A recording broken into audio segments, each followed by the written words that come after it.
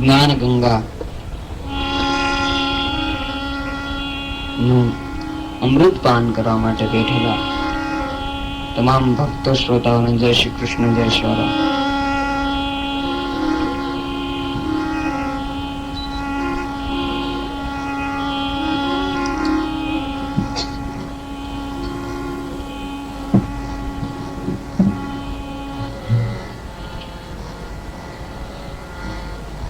સુખાવસાને ઇદમેવ સારમ. મનુષ્યને જ્યારે સુખ આવે ત્યારે એવું સમજી લે છે બસ બધું આની અંદર જ છે. પણ દુખાવસાને ઇદમેવ જ નહીં. દુઃખ જ્યારે આવે ત્યારે જ્ઞાન થાય આ બધું હું શું કરી રહ્યો છું.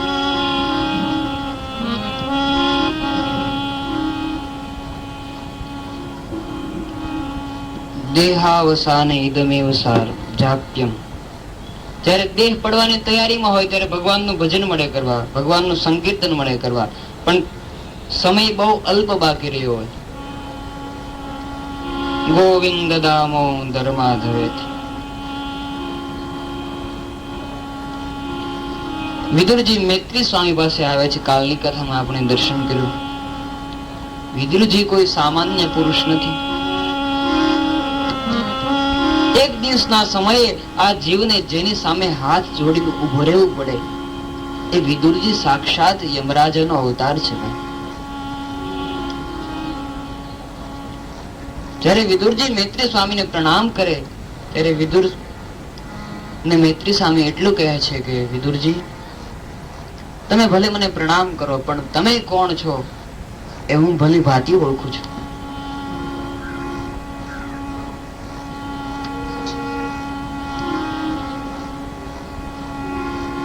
ત્યારે વિદુરજી કહે છે હું કોણ છું?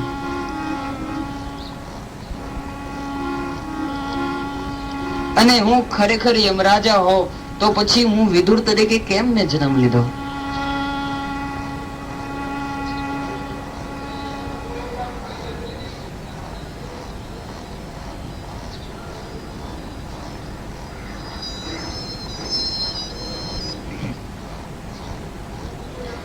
વિદુરજી, થોડીક તમારી ભૂલ થઈ ગઈ યમરાજાના અવતારમાં, આથી તમારે વિદુર થઈને અહીંયા જન્મવું પડ્યું.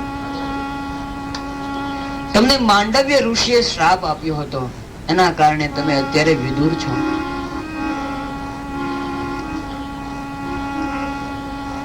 એક રાજમહેલ ની અંદર ચોર ચોરી કરી અને જતા હતા.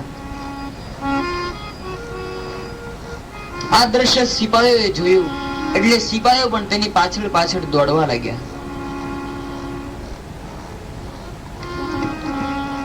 રસ્તામાં માંડવ્ય ઋષિનો આશ્રમ આવ્યો. ચોરે પાછળ જોયું, રાજાના સિપાહીઓ આવતા હતા એટલે આ ચોરે માંડવ્ય ઋષિના આશ્રમમાં ચોરાયેલું ધન નાખી અને ત્યાંથી નીકળી ગયા. પણ થોડે દૂર જતા પાછળ સિપાહીઓ આવતા હતા. ચોરને પકડી લીધા અને જોયું તો માંડવ્ય ઋષિના આશ્રમમાં ચોરાયેલું ધન પડેલું જોયું. ઓ, આ તો ઋષિએ જ ચોરી કરી. એક બ્રાહ્મણ થઈને ચોરી કરે?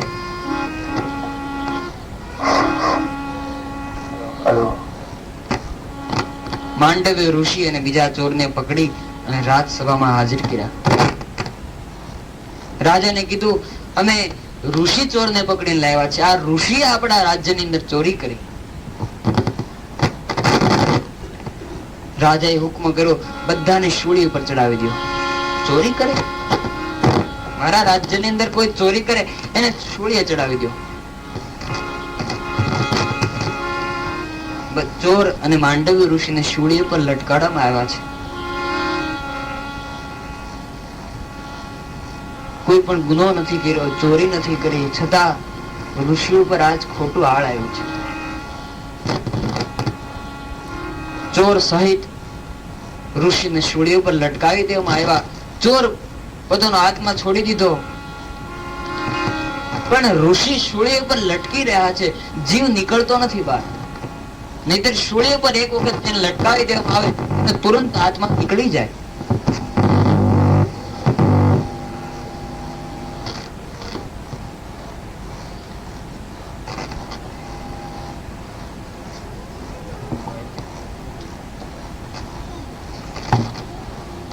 શૂળી ઉપર જેને એક વખત લટકાવી દેવામાં આવે તેનો તુરંત આત્મા નીકળી જતો હોય, પણ માંડવી ઋષિ આજ શૂળી ઉપર જીવે છે. ત્યારે રાજાને એમ થયું કે આ ઋષિ દોષિત હોય તેવું લાગતું નથી, એટલે તેમને શૂળેથી નીચે ઉતારવામાં આવ્યા. રાજાએ ઋષિની ક્ષમા માંગી કે મહારાજ મને માફ કરો.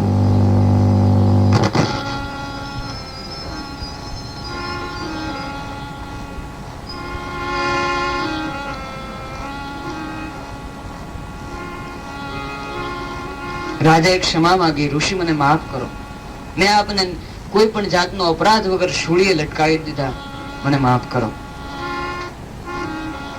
પણ યમરાજા તેને માંડવ્ય ઋષિ તેને માફ કરી દે સીધા યમરાજા પાસે આવે છે. તમે મને કેમ સજા થવા દીધી? એક નિરપરાધીને કેમ સજા થવા દીધી? રાજા તો જાણતો ન હતો કે મેં ચોરી કરી છે કે નહીં, પણ તમે જાણતા હતા કે નહીં? મેં પાપ નથી કર્યું છતાં મને સજા થવાનું શું કારણ? યમરાજા ઉભા થઈ ગયા, સ્વાગત કર્યું. ઓ માંડવ્ય ઋષિ, પધારો પધારો, આસન ગ્રહણ કરો.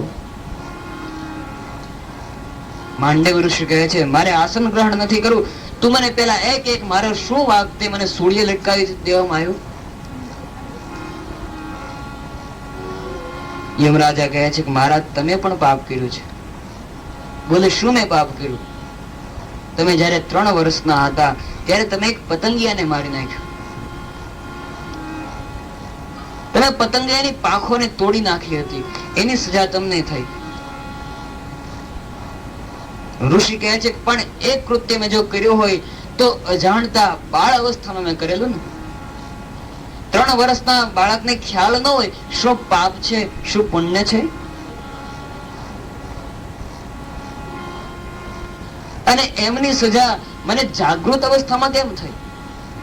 અત્યારે મારી જાગૃત અવસ્થા છે, અત્યારે હું જાણી શકું છું શું પાપ છે શું પુણ્ય છે, શું સારું છે શું નરસું છે. તમે આ રીતે મને સજા આપી, કાયદાનો ભંગ કર્યો છે. બાળપણમાં થયેલી ભૂલને તમે મને જાગૃત અવસ્થામાં સજા કરી, તમે કાયદાનો ભંગ કર્યો. હવે હું તમને સજા કરીશ. માંડવ્ય ઋષિ યમરાજાને શ્રાપ આપે છે ભાઈ કે તારે દાસી પુત્ર થવું પડશે જ્યાં હું તને શ્રાપ આપું છું. માંડવ્ય ઋષિએ શ્રાપ આપ્યો, તેથી દાસી પુત્ર તરીકે વિદુરજી પ્રગટ થયા છે ભાઈ. વિદુરજી કોઈ સામાન્ય પુરુષ નથી.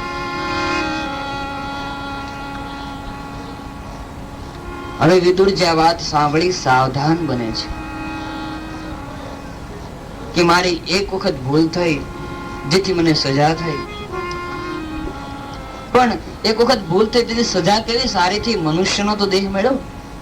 પણ હવે હું જો ભૂલ કરીશ તો હું પશુ થઈશ, માટે હવે મારે જાગૃત અવસ્થામાં આવવું પડે.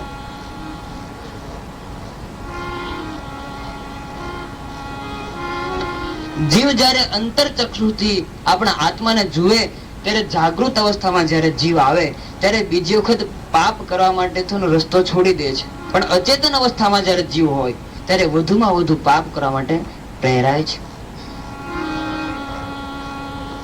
સત્સંગોથી જીવ જાગૃત અવસ્થામાં આવે છે, આત્મા જાગૃત અવસ્થામાં આવે.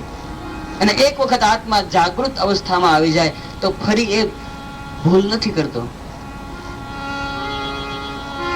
હવે વિદુરજી સાવધાન થઈ સતત ભક્તિ કરે છે. મૈત્રી ઋષિ કહે છે, વિદુરજી મને ભગવાને આજ્ઞા આપી છે કે જ્યારે મારો વિદુર તમને મળે ત્યારે તમે એના ઉપદેશ આપજો, અને એના મનની અંદર જે કોઈ પ્રશ્ન હોય વિદુરના મનમાં એનું હે મૈત્રી સ્વામી તમે એનો ઉપાય બતાવજો. બોલો વિદુરજી આપના મનમાં શું પ્રશ્ન છે, એનો હું જવાબ આપું. વિદુરજી કહે છે પ્રભુ મારે એક પ્રશ્ન છે. બોલો શું? આ જગત પ્રભુએ શું કામ બનાવ્યું? સંસાર કરવાથી જીવ દુખી થાય છે, સંસારની રચનાથી જીવ દુખી થાય છે, જીવ સુખી થતો મેં નથી જોયો. જો ભગવાન જગત જ ન બનાવે તો પછી કોઈ જીવ દુખી ન થાય. ભગવાને શું કામ આ જગતને બનાવ્યું? ભગવાન શું કામ વારંવાર આ સંસારની રચના કરે છે? પ્રભુ મને તે કહો. તમે કહેશો કે ભગવાન જગત ઉત્પન્ન કરીને લીલા કરે છે, પણ પરમાત્મા તો આનંદમય છે, એને વળી લીલા કરવાની શું જરૂર છે? અને પરમાત્મા એવી શું કામ લીલા કરે કે જેથી કરીને જીવ દુખી થવું પડે? જીવને આનંદમય સ્વરૂપને આવી લીલા કરવાની શું જરૂર છે? પ્રભુ મૈત્રી સ્વામી સમજાવે છે વિદુરજીને, વિદુર, કોઈને દુખી કરવા માટે ભગવાન લીલા નથી કરતા. જીવ એ તો એક ઈશ્વરનો અંશ છે. ઈશ્વરમાંથી વિખૂટો પડે અને ફરી ઈશ્વરમાં લીન થાય છે. દેહ નાશવંત છે, આત્મા અમર છે. દેહ અને આત્માને કોઈ પણ જાતનો સંબંધ નથી. એ ક્યારેક દેહ સાથે સારી વાતચીત કરવા માટે પણ તૈયાર નથી. બસ એને એક નોકર સમજે છે. ચાલ ઉભો થઈ જાય એટલે 5 મણનું શરીર ઊભું કરી નાખે. ચાલ ક્લબમાં એટલે 5 મણનું શરીર ક્લબમાં આવી જાય. ચાલ મંદિરે, ત્યાં જાય. કેટલી આત્મામાં તાકાત હશે!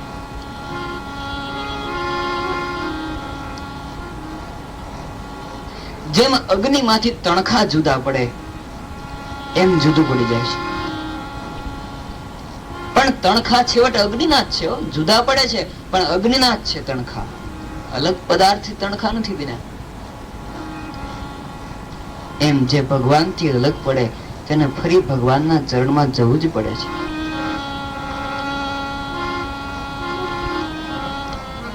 માયાથી આધીન થઈ જીવ વિકાર વાસનાથી લૌકિક સુખને ભોગવે છે. લૌકિક સુખને ભોગવાનું જીવનું પાછળનું કારણ માયા છે.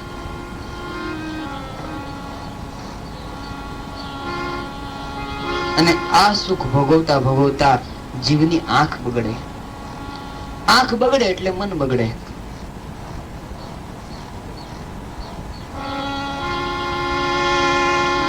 આદિકાળથી ઈશ્વરમાંથી વિખૂટો પડેલો જીવ રખડે છે દરેક યોનિમાં. ત્યારે એને પોતાના સાચા સ્વરૂપનું ભાન થાય છે કે હું શું છું આખી.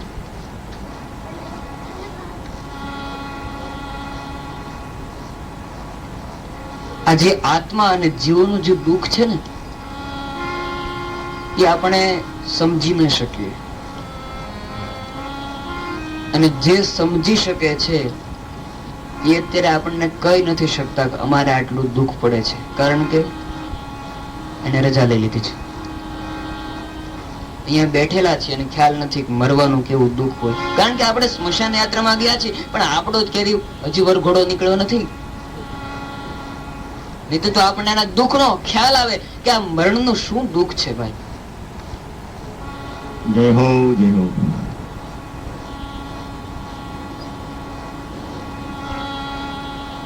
અલગ અલગ યોનિમાં રખડી આ જીવ દુઃખી થાય છે. ક્યારેક પશુઓની યોનિમાં રખડે છે, ક્યારેક પક્ષીઓની યોનિમાં રખડે છે. એક વૃદ્ધ માજી હતા.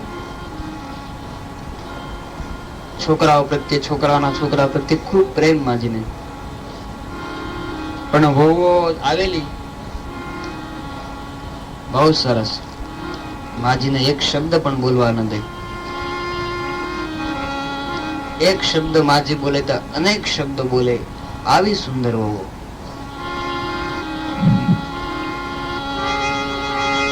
માજીને પોતાના છોકરાઓમાં ખૂબ વહાલ હતો, પ્રેમ હતો.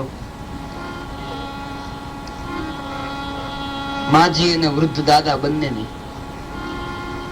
પછી માજીનો દાદાનું વૃદ્ધાવસ્થા હતી, પોતાનો સમય ભોગવી ચુક્યા, અવસાન થયું. એકને કૂતરાની યોની મળી અને એકને કૂતરીની યોની મળી. એના એ જ ગામમાં. હા, ગોતી લીધો ઘર દાદા એન માજે. આવ્યા બે ઘરે. હા આવ્યા, છોકરાને ભાળી ગયા અને દોટ મૂક્યો સામે. એને વાત્સલ્ય કરવા જાય પણ આખો દેહ બદલાઈ ગયો. હવે કઈ રીતે વાત્સલ્ય કરવું?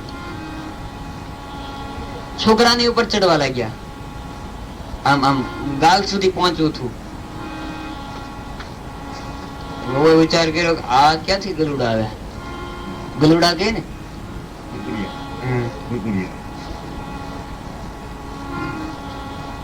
એક દિવસ બે દિવસ આમ હટ હટ કરે ચાલુ જાય, પાછું ઓલું આવે બંને. એક દિવસ વહુને એવી રીત ચડી કે આ શું વારંવાર, એટલે લાકડીથી જે પૂજા કરી બેની. ત્યારે દાદાએ માજીને કીધું કે હવે તું માજી નથી, કૂતરી છો. હવે આ કડ ભાંગી જશે, બીજો કે ત્યાં જઈશ તો હવે તો એ માયાને ભૂલી જા. ભૂલતો નથી જીવ,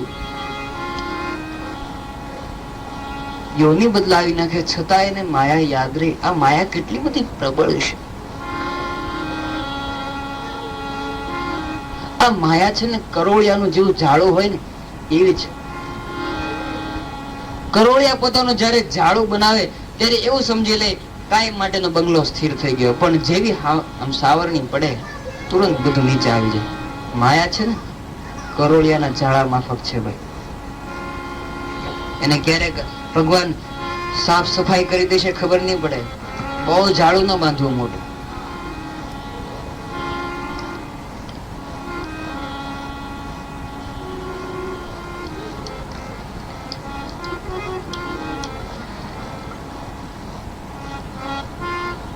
હે મૈત્રી સ્વામી, ભગવાન શું કામ આ સંસારની રચના કરે છે એ મને કહો.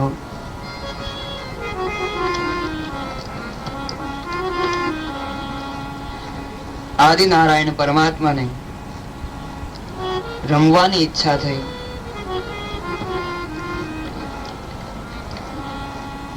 એકોહમ બ્રહ્માસ્મિ, આમાંથી પુરુષ પ્રકૃતિની જોડું ઉત્પન્ન થયું. તેમાંથી મહત તત્વ થયું અને મહત તત્વમાંથી અહંકાર ઉત્પન્ન થયો. અહંકારના ત્રણ ભેદ: સાત્વિક, રાજસિક અને તામસિક.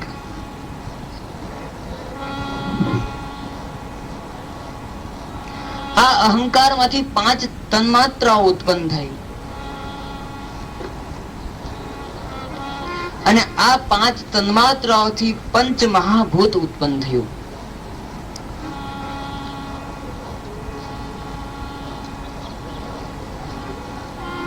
જય શ્રી રામ. જય શ્રી રામ.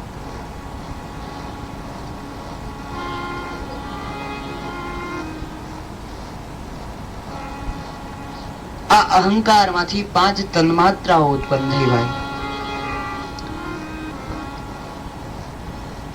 અને આમાંથી 5 મહાભૂત માંથી સૃષ્ટિનું ઉત્પન્ન થયું, સર્જન થયું.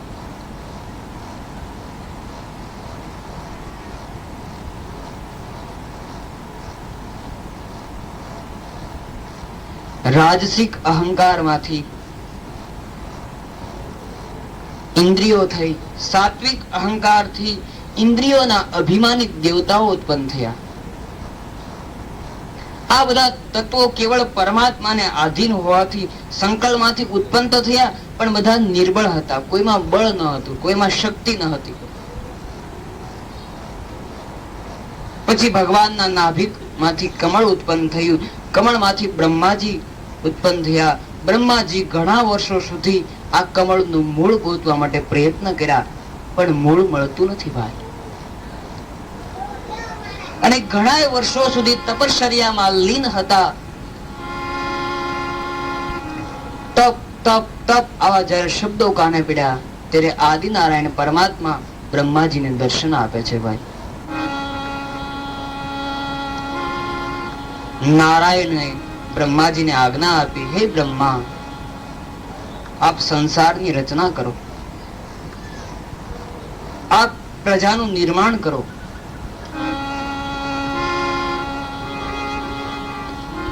બ્રહ્માએ કીધું, પ્રભુ હું જગતનું નિર્માણ તો કરું, પણ તમે મને વચન આપો કે એક વખત હું આ જગતનું નિર્માણ કરું પછી મને કોઈ દી અભિમાન ન આવે કે મેં આ જગતનું નિર્માણ કર્યું છે. અત્યારે તો કોન્ટ્રાક્ટર હોય તો 10 જણા બતાવવા લાવે, જોયું આ બંગલો આપણે નીચે બંધાણો, બહુ સરસ ભાઈ. એટલે મોટા મોટા ગિરનાર બાંધી દીધા, તો એમાં ક્યાંય તકતી લખી આ ગિરનાર મેં બનાવ્યો? અત્યારે તો મંદિરમાં 5000 દાન આપે તો ફલાણા લાદી નિમિત્તે આ ફલાણા ભાઈ ના એટલા છે, બહુ સારું ભાઈ.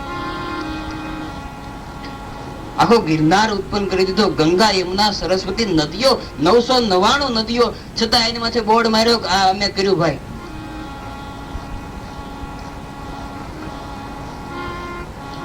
અહંકાર છે મનુષ્યમાં. હે પ્રભુ મને એવું વચન આપો મને ક્યારે અહંકાર ના આવે. અને અહંકારમાં જીવનું પતન થાય છે ભાઈ. એક વખત અહંકાર આવે ને એટલે જીવનું પતન થાય છે. ભગવાન તથાસ્તુ કહે છે, બ્રહ્માજી તમને ક્યારે અભિમાન નહીં આવે. બ્રહ્માજી પોતાની મંત્રથી પ્રથમ દેવોને ઉત્પન્ન કર્યા છે. અને દેવોને કીધું આપ સૃષ્ટિનું નિર્માણ કરો, પણ દેવો સાત્વિક હતા, સૃષ્ટિનું નિર્માણ ન કરી શક્યા. પછી બ્રહ્માજીએ ઋષિઓને ઉત્પન્ન કર્યા. નમો બ્રહ્મણ દેવાય, ગો બ્રહ્મણ હિતાય ચ જગત હિતાય કૃષ્ણાય ગોવિંદાય નમો. બ્રાહ્મણોને ઉત્પન્ન કર્યા. સૃષ્ટિના આરંભમાંથી બ્રાહ્મણ છે ભાઈ. ઋષિઓને કીધું આપ સૃષ્ટિનું નિર્માણ કરો. ઋષિએ ના પડી, અમને અમારા ધ્યાનમાં રહેવા દો ભાઈ, અમે સૃષ્ટિનું નિર્માણ ન કરી શકીએ. પછી બ્રહ્માજીએ કીધું આ દેવો ના પાડે છે, ઋષિઓ ના પાડે છે, હવે સૃષ્ટિનું નિર્માણ કોણ કરશે? પણ જો એક વખત પછી બ્રહ્માજીને વિચાર કર્યો આ બધામાં કામ ભાવના નથી ને એટલે ના પાડે છે.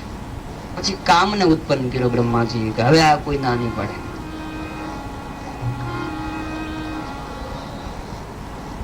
કામને ઉત્પન્ન કર્યો. કામને આજ્ઞા આપી, હે કામ, બાલ્ય અવસ્થામાં તારે કોઈને હેરાન નહીં કરવાનું.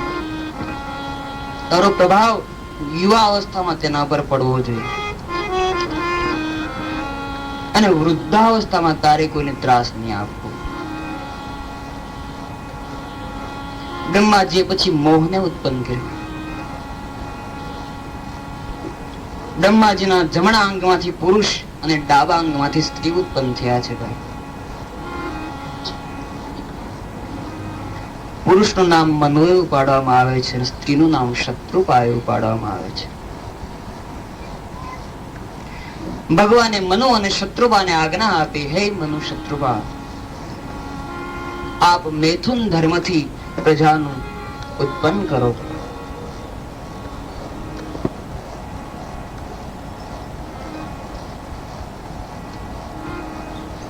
આ બંનેના પેટમાં પ્રથમ તો રાક્ષસો પેદા થાય છે, પણ બહાર નથી આવતા, પેટની અંદર ને અંદર છે બધા. ઘણા મહિના સુધી પેટમાંથી બહાર જ્યારે રાક્ષસો ન નીકળ્યા, અને ઘણા સમય પછી રાક્ષસો બહાર આવે છે.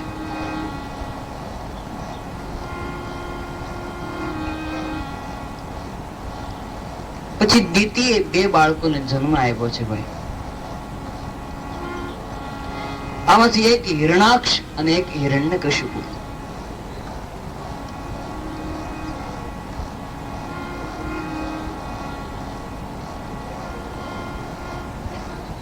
જયારે રાક્ષસો બહાર આવ્યા ત્યારે પૃથ્વીને પાતાળમાં લઈને ચાલ્યા ગયા.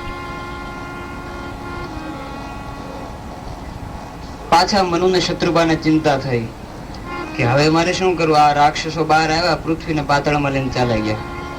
હવે મારે પ્રજાને કોના આધારે રાખવી? પૃથ્વી વગર પ્રજા કઈ જગ્યાએ રહેશે?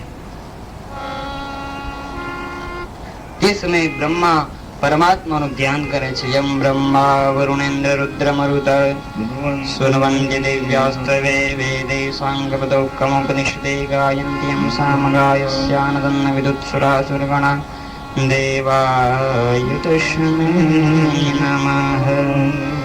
દેવ વાત સુને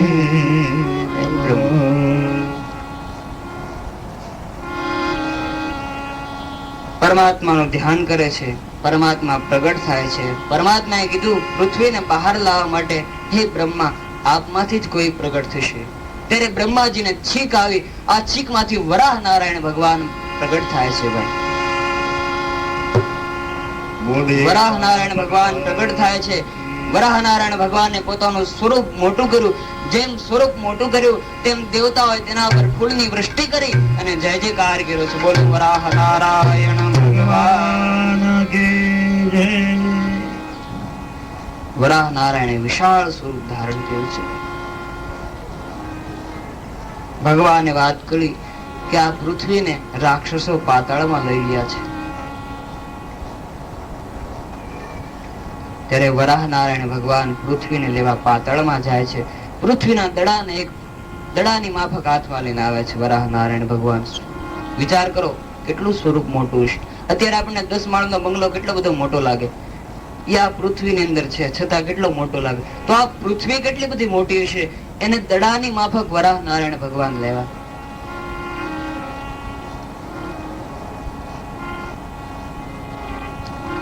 ધરતીને બહાર લાવતા હતા તે સમયે હિરણાક્ષ એને સામો મળે છે. કારણ કે હિરણાક્ષ અને હિરણ્યકશિપુનો જન્મ થઈ ચુક્યો હતો. પ્રથમ તો હિરણાક્ષ મળે છે. હિરણાક્ષની સાથે ભગવાને ભયંકર યુદ્ધ કર્યું છે વરાહ નારાયણ ભગવાને.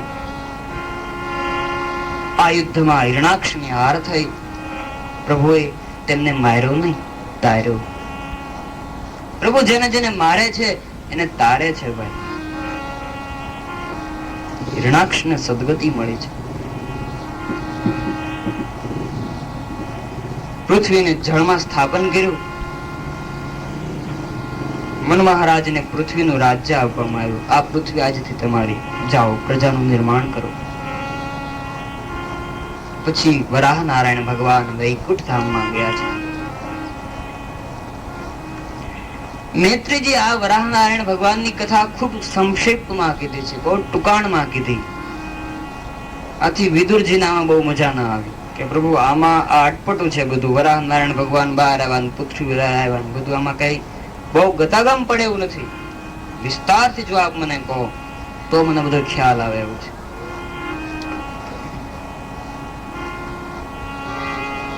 કથાની અંદર આપણો જીવ બેઠેલો હોય તો આપણને કથામાં ઇન્ટરેસ્ટ આવે, રસ પડે. નહીં તો પછી સીતાનું હરણ થયું, પછી હરણની સીતા થઈ કેમ,